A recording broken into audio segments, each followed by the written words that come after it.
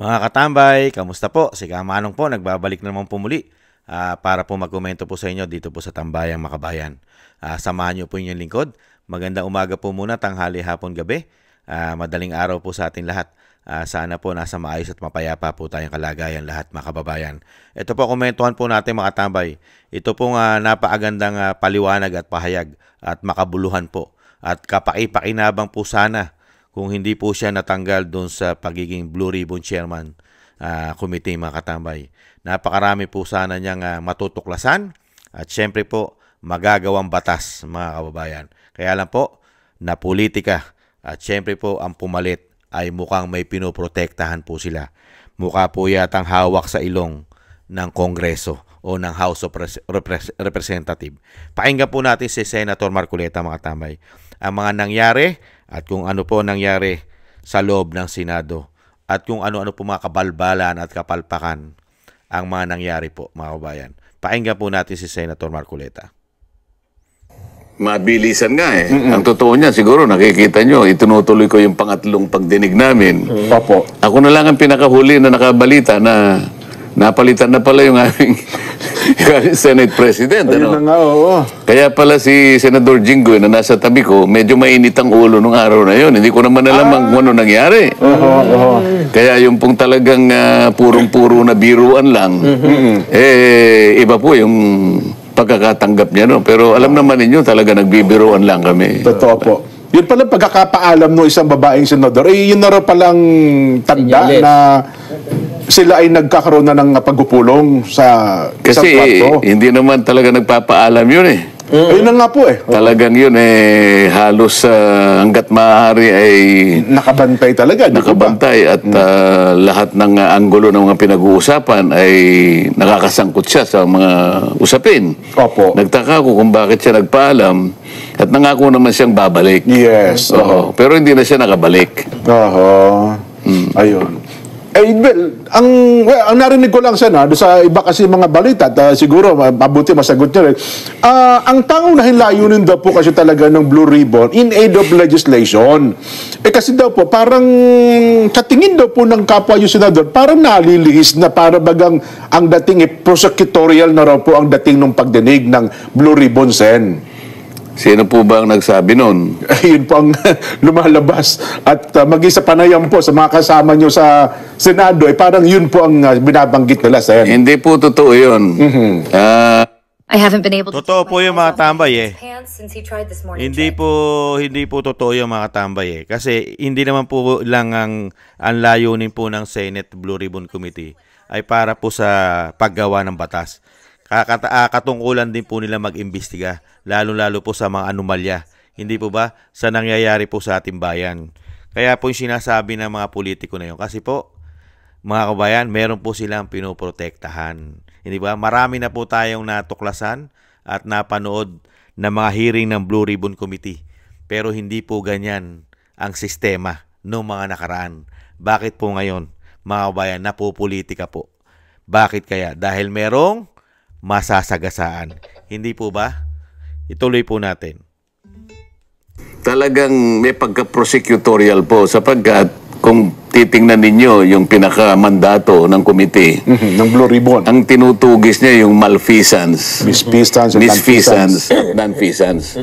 Paano po ang paglalahad ng inquiry kung hindi po namin gagawin sa paraan na pagtatanong at paghanap ng kasagutan sa mga dapat na itanong para nga mapatunayan kung merong malfeasance, misfeasance, and nonfeasance. Yun po yung tinutungo talaga. Ayun. Yun ang pangunahing layunin ng Blue Ribbon Committee. Kung naipagkamali nila, lalong-lalo na po yung aming puno ng Senado ngayon, yun po yung sinasabi niya eh. Ayun, opo, Kahit oo. kailan ay hindi po ako lumihis doon sa tuntunin na yon. At baka dapat sana tinanong muna niya ako. Opo. Nakatatlong pagdinig lang ako eh. Tama po. Yung iba nga pong humawak ng Blue Ribbon Committee, nakalampas na sila ng halos 20. Wala pa naman silang nagagawang batas eh. Tama po. Sa totoo lang po ako, pangatlo pa lang. Meron na po akong naiayos. Possible areas of legislation. Tama po yun yung sinabi ni Senator Marcoleta. Napakarami po nag-hearing sa Blue Ribbon Committee, lalong-lalo po nung panahon po ni Gordon. Nakita niyo po, yung si Gordon po ang may hawak, si dating Senador Gordon. Mahigit 20 hearing po yun, 20. Pero wala po, tama po sinasabi ni Senator Marcoleta. Wala man lang po naipasang batas, mga kababayan. Samantalang po siya, halos 3 hearing pa lang, pero meron na po siyang naiisip na panukalang batas na makakatulong po, lalong-lalo po sa systematic na ginagawa po nilang gatasan, korupsyon, ang pera ng bayan. Ipagpatuloy po natin. Po pa yung aming naisip na kagad Sa tatlong pagdinig pa lang po, ha? 3 pagdinig pa lang para malaman ng nakikinig sa atin na tayo naman ay hindi nagbibiro sa mga sinasabi natin. Ipakikita ko dito, alin-alin ba yung mga naisip na nating mga panukalang batas sa liwanag ng mga pagdinig kahit hindi pa talaga natatapos. Pangatlo pa lang na pagdinig. Base sa mga nakita na namin, nakita ko at nakilatis natin. Ito yung aking naisip. Kinakailangan merong amendment ng procurement law. Kasi doon na pupunta po yung mga bidding natin, yung pag-award ng mga proyekto, lalong-lalo na yung pinag-uusapan ng mga flood control projects, nasasalaula sapagkat merong problema, may mga butas sa procurement law. Kailangan mag-introduce ka ng amendments. Meron ding amendment po sa anti-graft law. Dito kinakailangang mapatibayan siguro, kung hindi man dapat itaas siguro, pati yung pagpaparusa dito kinakailangan ibigyan talaga ng impetus dito. Pwede rin nating, meron po kaming iniisip na amendments po sa contractors licensing law. Ito yung sakop ng PICAB. Meron tayong amendment sa witness protection law o yung tinatawag na stand-alone bill. Meron tayong naiisip na amyenda doon sa ating AMLA. Anti-Money Laundering Council. Anti-Money Laundering. Nakita naman ninyo kung saan, isip-isipin nyo, yung isa sa mga nag-testify doon. Sa isang araw, kaya niyang magpatalo ng halos 14 o 15 milyon. Ito parang ang ginagamit nila, laundry area yung mga kasino natin. Kaya dapat magkaroon ng amyenda sa AMLA, sa batas sa AMLA. Nakikita rin natin ang pangangailangan para i-amend yung ating Securities Regulation Code. Sapagkat dito pumapasok ang ilang mga kawatan, yung sindikato, ginagamit nila na pasilidad itong area ito. At dito, idadagdag natin yung False Claims Act. Ito yung, kung tawagin ay writ of quitam. Yung bang pwedeng payagan kahit isang mamamayan lang, kahit isang ordinaryo, karaniwang mamamayan na maghain siya ng asunto laban sa mga opisyal ng pamahalaan. Ang kondisyon lamang kapag hindi ito binigyan ng atensyon ng ating Department of Justice. Halimbawa, in 30 days, kailangan umaksyon ng Department of Justice. Pag hindi siya umaksyon, meron ng karapatan na maghain yung karaniwang mamamayan. Sa laki at sa lawak ng pangyayari, iskandalo na nakita natin sa mga proyektong flood control na yan, kailangan nating siguro makagawa na ganitong uri ng batas also. Kailangan din nating pasiglahin yung kailangan ma-approve na natin itong Whistleblowers Protection Act na nakabinbin pa ngayon. Meron pa tayong Heavy Equipment Registration Act. Sapagkat itong ginagamit nilang mga kasangkapan, mga makinarya sa mga proyekto, wala naman listahan ito ginamit na nila sa ganitong proyekto, pipilitin pa nila kunwari na isulat na ginamit sa ganito hanggang Mindanao Lima lang ang makinarya mo Ang project mo mahigit na 50, ibig mo sabihin iisa lang ang ginagamit mo makinarya. So, napakaganda po ng mga batas na gagawin ni Senator Marcoleta. Talagang makakabawas po ng napakalaki sa korupsyon po sa ating bansa, mga kababayan. At talagang matutuldukan po kahit papaano yung mga anomalya Katulad po nga niya, sinasabi po, yung mga ginagamit na mga equipment, talagang dyan pa lang po, ugat na po ng korupsyon yan eh. Kaya lang po, nasayang lang po mga katambay, nasayang. Dahil po bigla siyang pinalitan. Pero pwede pa naman po niya isulong yan, mga kababayan. Ang nasayang lang po, yung investigasyon na sana'y matumbok na yung malalaking tao na halos sangkot po dyan. Lalo-lalo po napakarami sa House of Representatives. Hindi po ba? Ang pang-sampu ay kailangan meron tayong flooding master plan. Master plan, oo. So, dito pa lamang, nakakatatlong pagdinig pa lang ako, meron na akong 10 panukalang batas na gusto kong maipundar natin. Para sa ganun ay ma-address natin ang mga problema kaugnay nitong maanumalyang paglustay ng ating kabangbayan. So yung punto ng in aid of legislation, Sen, Pangunahin. iyon po. Pangunahin, hindi lang maiiwasan na talagang akala mo, meron nagpo-prosecute ka. Talagang ganun eh, kailangan mo magtanong eh. Kailangan mo magpalitaw ng ebidensya eh. Paano mo ngayon mapangangatwiranan na ang dami palang ganitong mga anomalya kung hindi ka kukuha ng tao na tutulong sa'yo. Kaya ko lang naimungkahe na kung sino man po ang gustong nagsalita na, ay nakausap ko na po yung DOJ na nakahanda po silang tulungan kayo. Basta sasabihin po ninyo yung katotohanan at maituro ninyo yung mga taong nasa likod. Mas malalaki sa inyo. Ang nangyari nga lang, bumaligtad naman ang DOJ. O, yun nga. Akalain mo, ito yung nakakapagtaka eh. Opo. Kausap ko ang Secretary ng Department of Justice. Watch what magnesium does to your bowels. Totoo po yung mga tambay, di ba? Bumaliktad po. Dahil nga po, yung sinasabi po ni Senator Marcoleta, totoo po yung mga tambay. Bumaliktad po siya dahil nga po, kausap niya na po yun. Tapos bigla pong binawi. At hindi na po binigyan ng mga tambay ng seguridad para maging witness. State witness po ang Diskaya. Totoo po yun. Sinabi ni Senator Marcoleta.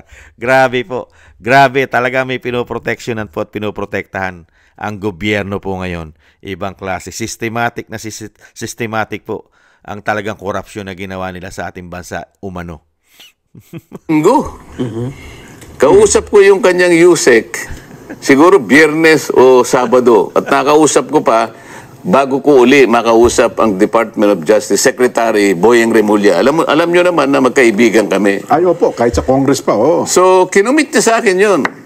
Okay yan. Sabi niya gano'n. Ang totoo niyan, partner naman namin kayo, ang Senado, para maipasa natin itong Whistleblowers Act. Pagtulong-tulungan natin yan. Sige, pangako muna sa kanila na mabigyan natin sila ng provisional immunity. Kaya malakas ang loob ko sapagkat alam ko nakahanda siya na tulungan kung sino man ang tatayo talaga na magsasabi na ng totoo. Dito wala pa kayong tinutukoy kung sino? Wala pa. Naihinuha ko lang. Sabi ko, baka sakali. Baka magsalita, magturo. Kasi kako, na-upload ko na ito nung nakaraang hearing. Baka kako merong At saka sa programang ito, Sen, noong Biyernes, diba sinabi baka niyo merong na, magkusa. Kailangan nakahanda ako. Kaya nga, tumawag na ako sa'yo. At mabuti naman ka ako, tumawag ka na rin sa akin para makonfirma natin na magkaugnay tayo sa layo ng ito. Yung Witness Protection Program, legitimate na remedyo ito eh. Nasa batas ito eh. Pagkatapos sinabi niya, hindi ko basta ma-approve yan. Kinakailangan mo nang isoli muna niya yung mga nakulimbat nila. ito na po yung magkapalitan na po eh. Nagkapalitan na ito. Paano mangyayari yun? Yung sinasabi niyang restitution or indemnification, hindi kasali yun eh. Wala yun sa requirement eh.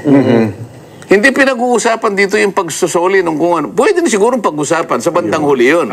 Pero dun sa punto, Tingnan nyo po, no? Grabe pong ginawa ng DOJ Secretary na si Boying. Hindi pa yun ang usapin at yun ay pwede pag-usapan sa dulo pa lang. Pero, antimano po, ipinasok niya na agad yun at hindi po yun ang issue pa. Ang issue pa, yung maanumalya na flood control. Na dapat po ito ay maproteksyonan dahil marami pong sangkot na malalaking ulo po rito na mga buhaya. Grabe po, napaghahalata po ang talagang ang DOJ Secretary, mga tambay. Ito po ay hindi DOJ po ito ng para sa bayan. DOJ Secretary po yata ito para sa mga politiko umano, mga bayan. Ibang klase itong si Boying. Wag na wag po sana magiging ombudsman yan. Delikado po ang bansa natin pagka ganyang klase ang ombudsman.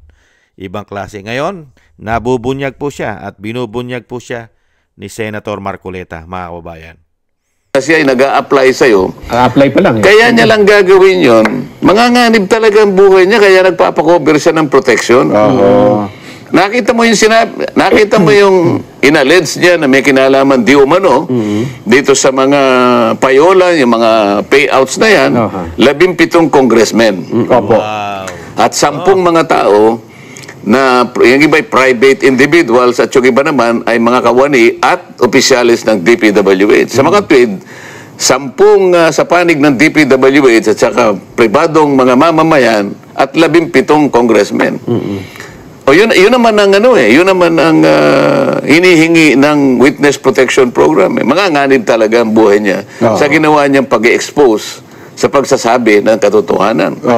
Sa panig niya yun ang totoo Pero yung unang usapan niyo po ni Sec Boying, walang mga ganong kondisyon, Sen? Alam naman niya na wala Kaya basahin mo yung batas. Napakasimple naman ang batas.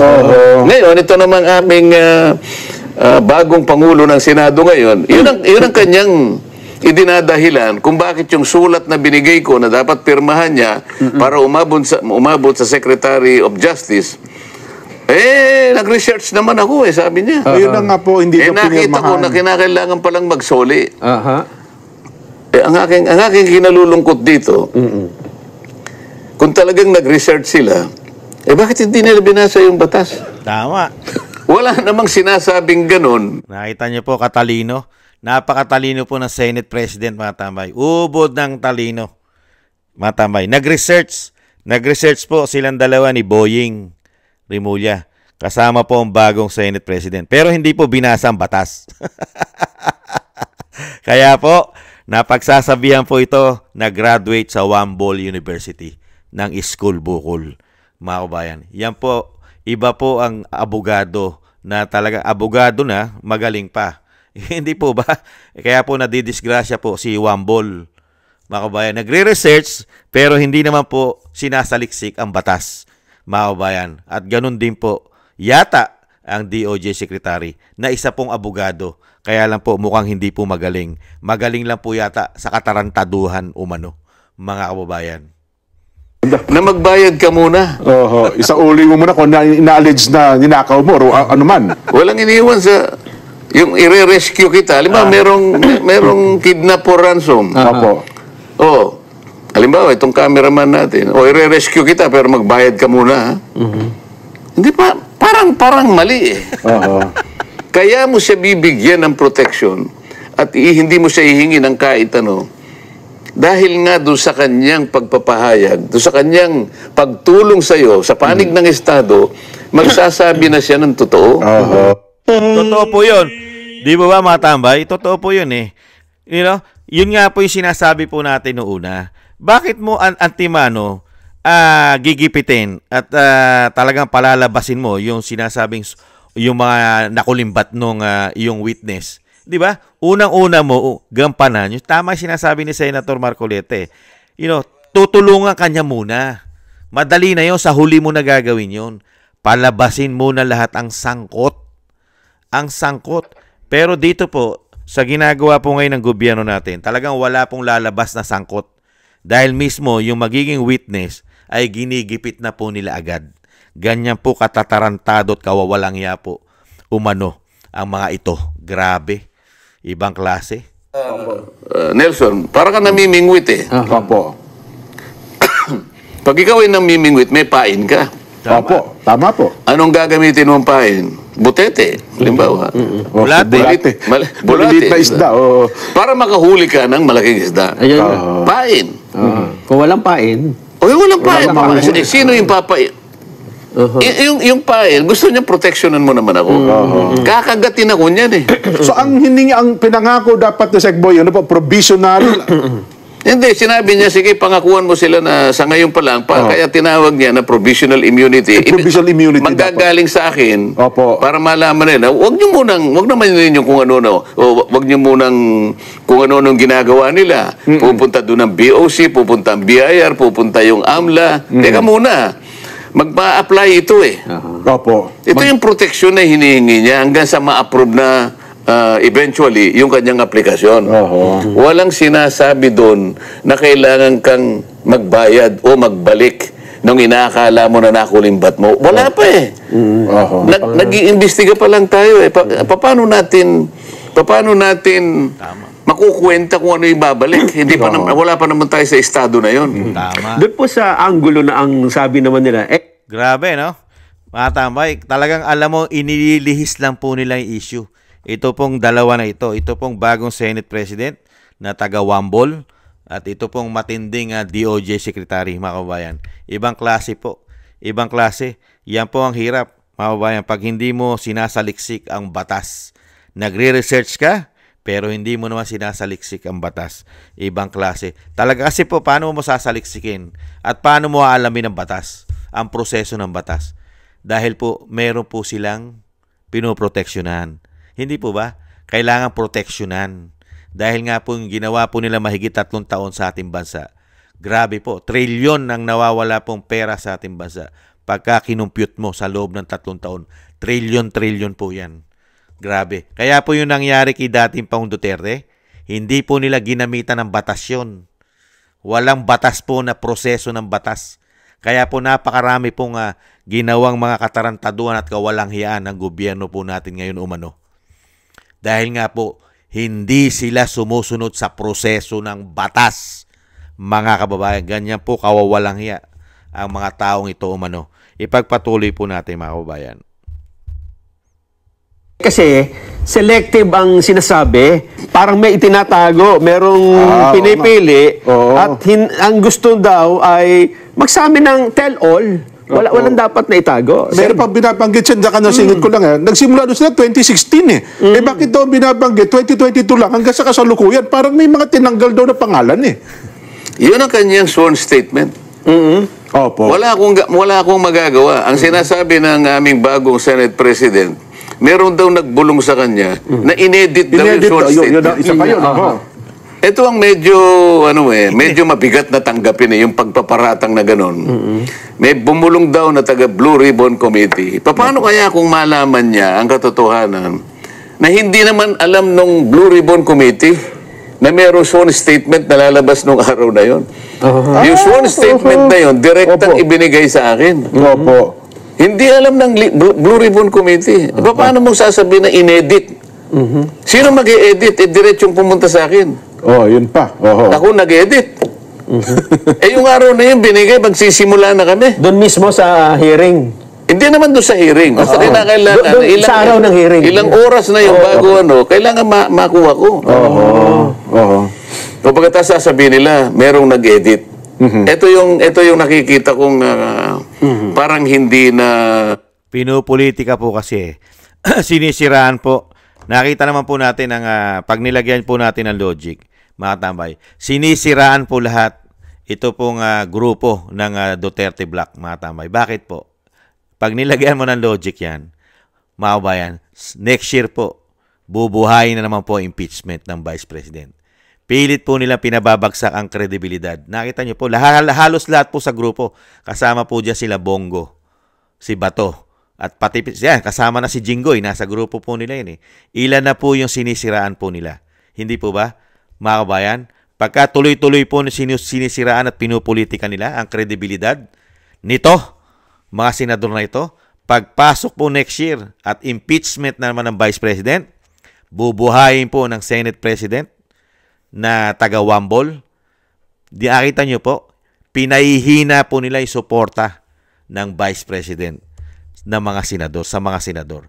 Ganyan po ang nakikita ko po diyan, mga katamay. Meron din po silang layunin para po siraan ang kredibilidad ng mga senador. Kasama na po si Senator Marcoleta.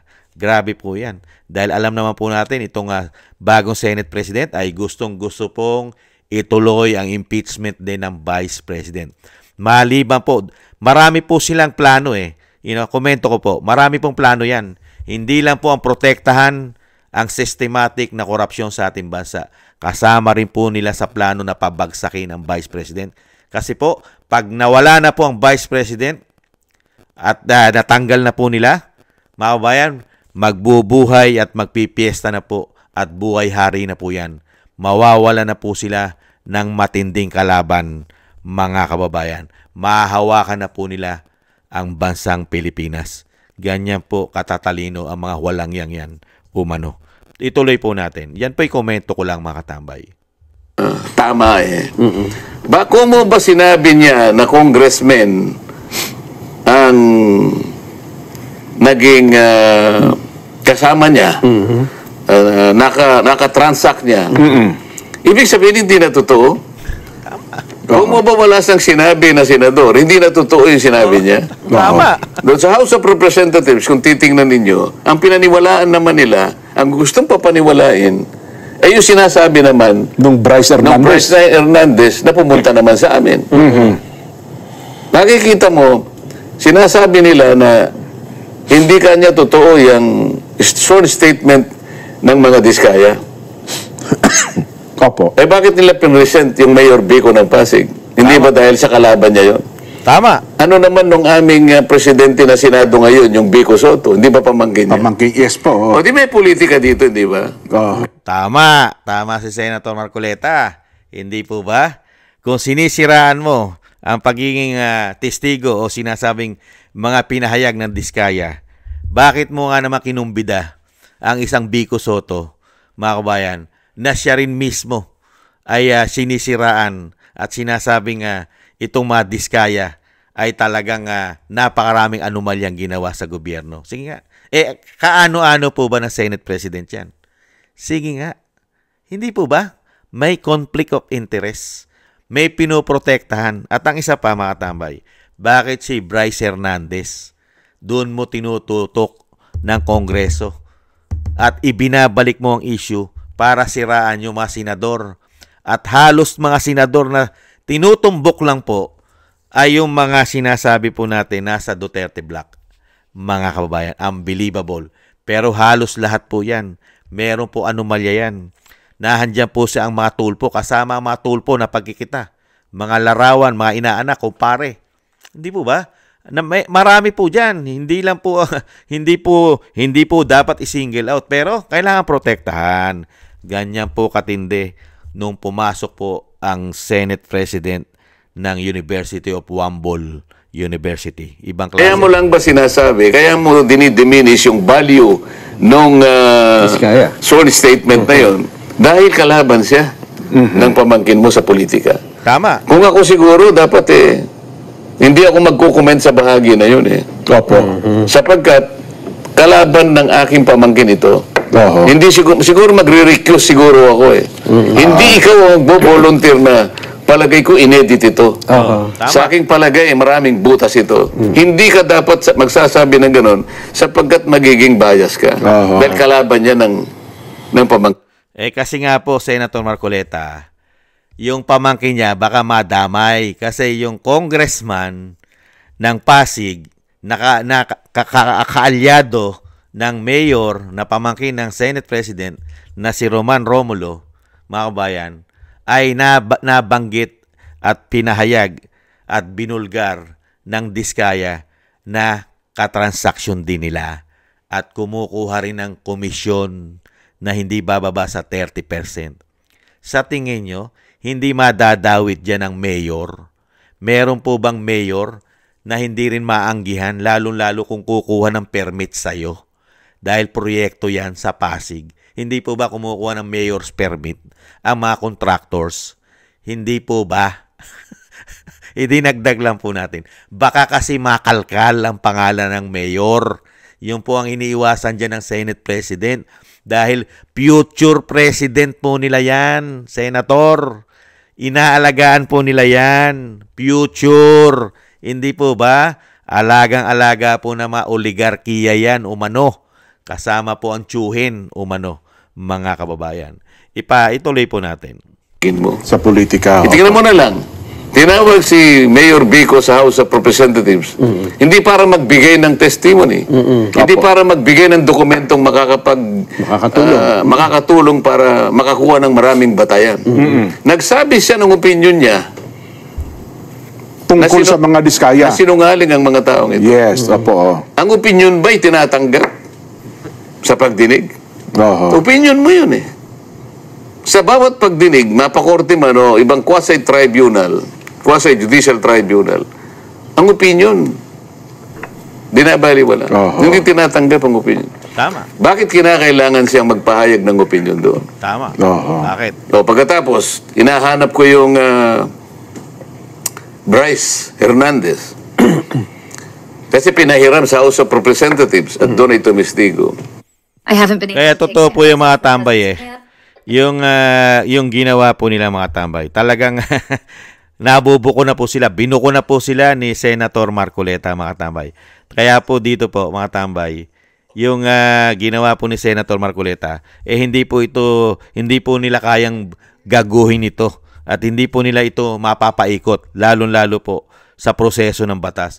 At yung ginagawa po nila, basang-basa na po ni Senator Marcoleta yan. Dahil una-una, napakatagal po sa Kongreso niyan. Alam niya na po ang mga diskarte ng mga ganyan na nagpapalusot at may pinoprotektahan at syempre may tinatagong bahong anomalya. Kabisado na po ni Senator Marcoleta yan. Yung mga galawan na yan. Hindi po ba? Opo. Tinanong ko yun. Sabi ko, Mr. President, bakit hindi sinuli sa atin? Hindi ba? Ito yung sulat mo. Babasahin ko sa'yo. Opo. Oo.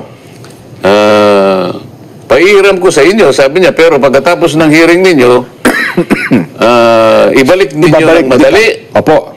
ligtas, dito sa Senate. O ba't pinanatili mo ako sa Quezon City QCPD?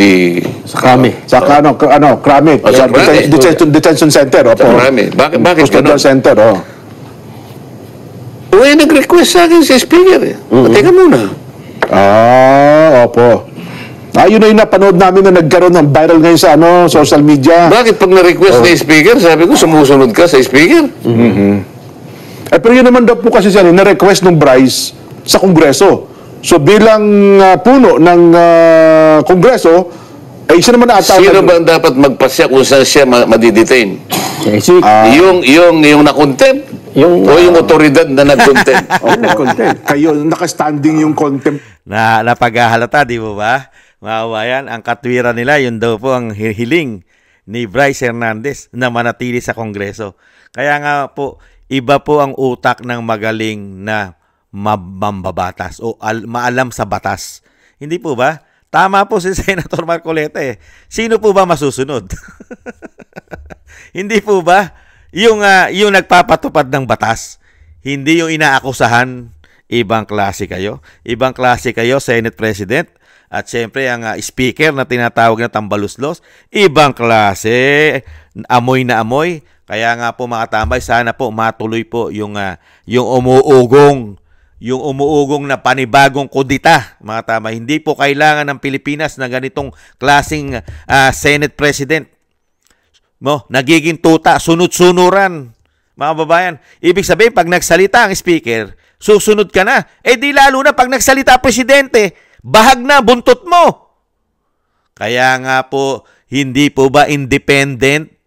Hindi kayo pare-parehas? Di po ba? Bakit kayo nagpapahawak sa ilong? Bakit? Magkukumpare ba kayo? Di po ba? Meron ba mga hidden agenda yan? At baka pag nadamay si speaker, madamay ka na rin? At madamay na rin ang pamangkin mo? At madamay na rin ang inaanak mo? Kaya kailangan protektahan natin lahat. Ibang klase ka, Senate President. Hawak ka pala sa ilong at sa leeg ng speaker. Mukhang nabubunyag ka na. Ayan, nadali ka ni Senator Marcoleta. Order na Senado. Hindi ka pwedeng mamili kasi ikaw ay nasa legal custody ng Senate. Tama. Nanganganib daw po siya doon, Sen Okay, kapag hindi mo siya sinuli, binibigyan mo ng credentials, sinasabi niya. Ayun. Sa mga tweet, sabi ko, hindi ko kayang tanggapin. Kaya hindi mo siya masoli dito. Naniwala ka na nanganganib siya. dito Senado. Tatanggapin ba natin yan? Tayo Senado hindi natin kayang proteksyonan. Ito ngayon ang problema. Sabi ko, medyo ba didisgrasya ang integridad ng ating inquiry dito pagka ganyan? Bakit ayaw mo siyang bigyan ng witness protection program at kinakailangang magsoli? Bakit si Hernandez, hindi mo siya sinabihan na magsoli ng perang katakot-takot na halos bilyon-bilyon ang ipinatalo? Tama. Hindi po ba? Nakita niyo po? Napakagaling ng komento ni Attorney Senator Marcoleta. Nakita niyo po? Ang mga diskaya, ayaw mo tanggapin na state witness dahil gusto mo magsauli muna ng pera. Pero mas maraming pera din ito, lalo-lalo mga pinatatalo, bilyon-bilyon, daan-daang milyon, ni hindi mo man lang sinabihan na magsauli rin. Hindi po ba something PC? Napakabaho. Mukhang grabe. May pinoproteksyonan. Pati po yata sa DPWH, mga tambay, sa mga district engineer ay may pinoprotektahan po pala, mga kababayan, ang speaker, ang Senate President, at kasama pa ang DOJ Secretary umano. Grabe kayo, napaghahalata at bistado kayo, mga kababayan. Kaya pala naging korap at naging grabing pang-aabuso sa pera ng taong bayan mahigit 3 taong. Ganito po pala ang mga politiko sa ating bansa. Kampi-kampi, mga kababayan, systematic, magkakausap, magkakasangga pagdating po sa pagnanakaw sa pera ng bayan umano. Grabe ito, kawawalang hiya, mga kababayan. Mas malaki pala ang pera din nun, ha? Bakit ganun? Ang daming sasakyan din nun. Nakikita nyo ba ang pagkakaiba ngayon? Pagka nandun sa House of Representatives, kagyat na bibigyan ng witness protection kahit hindi siya magsoli. Tama. Kaya diskaya, kailangan magsoli ka muna. Tama. Tingnan po ninyo ang pagkakaiba. Hindi naman daw ata humihingi na maging witness itong si Bryce Hernandez sa yun nga yung gusto nilang mangyari. Magsabi ka lang ng totoo. Kaya nga po yung sinasabi nga po, mga tambay, ni Senator Marcoleta, ibang-iba ang makikita mo pagkakaiba itong mga congressman ito, dahil sinabi na mismo ni Senator Marcoleta, dahil halos lahat ng involved ng korupsyon ay nasa Kongreso. Hindi po ba kasama ang speaker at Saldico? Kaya kailangan po doon protektahan mo yung magtuturo sa iyo. Di po ba? Kaya nga po dinadivert po nila ang issue. Saan po nila dinadala? Sa 2016, mga bayan. Sino po ba presidente noon? Mga bayan, si PRRD. Merong nag-text sa akin. Isa sa mga tumutulong na legal officer sa mga diskaya. May kinausap siya ng isang congressman daw. Maglaglag din kayo ng senador para hindi kayo makontent. Ganito na ba? Tingnan ninyo, historically, ano ba nangyari kay Grijaldo, hindi ba? Opo. Ganon, sila yung gumagawa nun. Sa Senado, walang ganon yun ang nangyari kay Garma. Yan ang nangyari kay do sa pulis, yung Ed, nakalimutan ko yung apelyido. Pero sa Senado, walang ganong klaseng kasaysayan. So, gusto ko makita ninyo yung pagkakaiba. Meron ka bang karapatan na sabihin mo na may butas itong parang hindi totoo, parang inedit? Bakit mo huhusgahan ang sworn statement ng isang tao nung ihayag niya nung ako pa yung chairman ng committee? O bakit nung ako'y napalitan na, ibig mo sabihin, yung proceedings namin ay papalitan mo rin?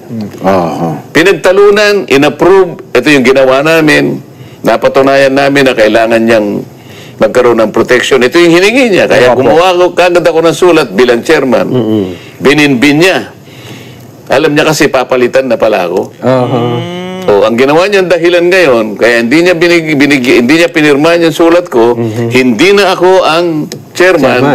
At binigay niya raw kay Chairman Ping.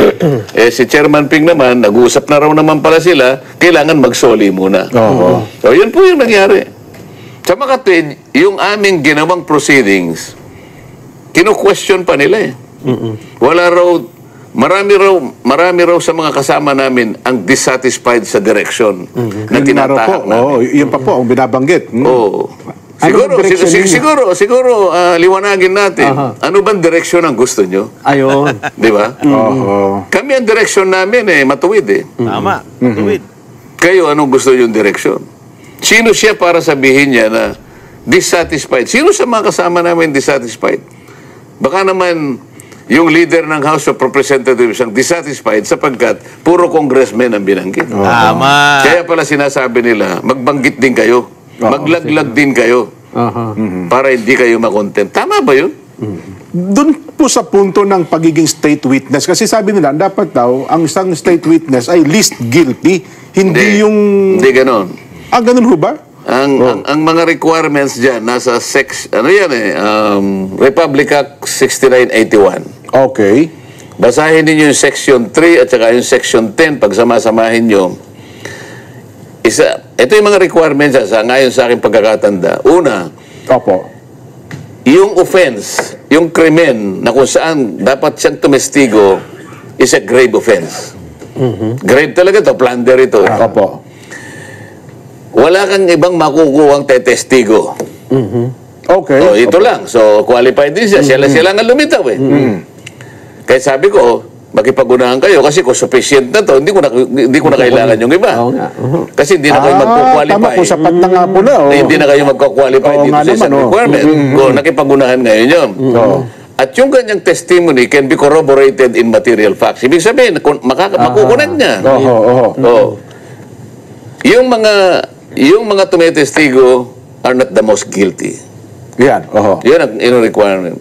Pagkatapos, meron pa sinasabi ron, nanganganib ang buhay, ang kanilang kaligtasan, at ang kanilang seguridad. So lahat ng mga yun, kung titingnan mo, babagsak lahat sa kanila. Tama-tama. Pero yung sinabing, magbayad ka muna, hindi kasali doon. Sa batas na yon. Yan po mga tambay, mahaba pa po yan. Nakita nyo po mga tambay, grabe. Pinangaralan pa sila at talaga ipinaalam pa ni Senator Marcoleta na sila po ay mahina sa batas. Mahina po sa pagsunod at kaalaman sa batas. Ito, mga tambay, dahil po sa pagiging protektado o proteksyon nila sa mga ginawa nila, nakabalbalan sa ating gobyerno, sa ating bansa, mga bayan, na napakatagal ng panahon. Matanda na po yan bilang senador. Si Ping Lacson, si Senator Soto, at si Tambaluslos. Matanda na po mga politiko yan, mga bayan, umano. Hindi po ba ibig sabihin ito na ganito po nabubulgar ang kanilang mga korupsyon, issue ng korupsyon, na sila-sila po pala yun, kampi-kampi, mga kababayan? Ibig sabihin po pala, mga kababayan, ay talaga po pala na ang ating bansa ay hindi uunlad. Dahil nga po, wala po pala halos matino na mambabatas sa Kongreso. Mabibilang mo na lang po sa mga daliri natin ang matitino, mga kababayan. Halos lahat po pala, majority, ay mga magnanakaw, mga nagpakademonyo po sa pera ng taong bayan. Kaya dito po, binasahan sila lahat ng batas, rules, pati sa pagiging qualified ng magiging state witness. Lahat. At yung ginawa po nila kabalbalan, mga kababayan, sa pagbalik ng pera, yung isang diskaya, mga kababayan, pinababalik mo ang pera para lang maging state witness. Tapos yung isa naman, hearing ka ng hearing, wala ka naman binabanggit na magbalik din ng pera. At syempre, mga kababayan, yung tawag, bulungan, kailangan kami ang masunod. Ganyan na nangyari. Hinawakan sa ilong, mga kabayan. Isang tawag lang ng speaker, bahag na ang buntot ng Senate President, mga kababayan. Ganyan po klase merong politiko. Lalo po nung pumasok at naupo ang isang Senate President. Isang tawag lang. Lalo na pagtatawag pa ang presidente sa kanya, mga kababayan. Ganyan po. Gaya po dito po mga tambay, yung lagi ko po sinasabi, komento ko, marami po silang itinatago. kailangan mabunyag. Sayang na sayang din. Dahil kung si Senator Rodante Marcoleta po ang naging chairman po ng Blue Ribbon Committee, magtutuloy-tuloy po at matutuklasan po ng taong bayan ang napakarami pong involved dito po sa systematic corruption. Flood control pa lang yan, ha? Flood control pa lang. Napakaraming proyekto po ang hawak-hawak po ng mga congressman, may mga senador, at ng DPWH. At syempre po ang accountability, mga kabayan, ay nasa Pangulo. Pananagutan niya pong lahat yan. Kasama po ang DPWH Secretary na si Bonoan, dahil yan po ang kanyang boss, ang Pangulo. At syempre po, lahatan na po yan, mga kababayan. Matutuklasan na po sana yan. Dahil po yan hawak-hawak po ng mga diskaya yan. Kaya lang po, mga kababayan, pilit po nilang dinadivert na mga diskaya ay mga sinungaling, mga kababayan. Ganyan po katindi. Maraming salamat po, Senator Marcoleta. At ibinubunyag nyo po ang ginagawa pong mga sabwatan ng mga kapwa nyo senador at mga dati nyong kapwa congressman. Kaya po, pagka po dito sa mga sinasabi ni Senator Marcoleta, wala pong patutunguhan ang investigasyon ng Kongreso. Walang malalaking ulo na katulad ng isang Tambaluslos, Saldico, mga kabayan, at wala rin pong patutunguhan na hindi po ito matutukoy sa Commander-in-Chief. At hindi rin po ito matutukoy sa DPWH na dating Secretary Bonoan. Dahil hawak po yan ng palasyo. Siya po nag-appoint yan. Appointee po niya yan. Kaya po, kawawa po ang mga Pilipino, mga kabayan. Ang tanging pag-asa na lang po natin, mapalitan po silang lahat, mga kababayan. Sana po magtuloy-tuloy po ang protesta ng taong bayan para po mapalitan na silang tuluyan at mapanagot na po lahat ang dapat managot at mabago na po ang sistema ng ating bansa, lalo-lalo po sa ating batas. At siyempre, mga politikong korap na hindi po kailangan maglingkod dyan sa ating bansa. Maraming salamat po, Senator Marcoleta, sa inyo pong mga paninindigan at mga pinahayag nyo at talagang binubuko nyo ang makawalang-yan at katarantaduhan ng mga matatanda na sa lipunan, lalo-lalo sa politika. Thank you rin po sa mga nagusto po natin Tambayang Makabayan sa YouTube at TikTok. At ganoon din po sa mga nagko-comment, like, share, and subscribe.